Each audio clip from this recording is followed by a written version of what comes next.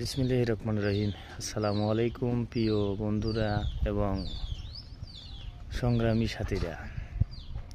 সবাই আপনারা বলছেন 17 বছর পরে নির্বাচন এসেছে, কিন্তু আমরা মনে করছি বিএনপিকে পরাজয় করে আমরা জয়ী হব ইনশাআল্লাহ। অনেক দল বলতেছে, কিন্তু আমার মনে হয় বিএনপিকে পরাজয় করা মুখের কথা নয়, আর অসম্ভব।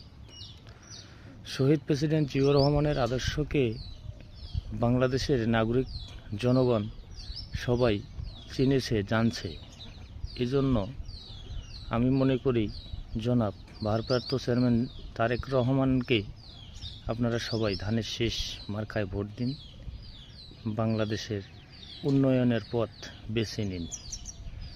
আমি মনে করি এবারের ভোট ৭০% বেশিতে বিএনপি ক্ষমতায় আসবে এবং জয়লাভ করবে ইনশাল্লাহ, যদি বাংলাদেশের জনগণ মানুষ চেনে। আর বাংলাদেশ চলতে গেলে, সচল করতে গেলে তারেক রহমানের দরকার আছে অবশ্যই। আমি মনে করি আপনারা কি ভাবেন এবং কি আপনারা জেনে থাকেন কমেন্ট বক্সে জানাবেন অবশ্যই। সবাইকে আসসালামু আলাইকুম।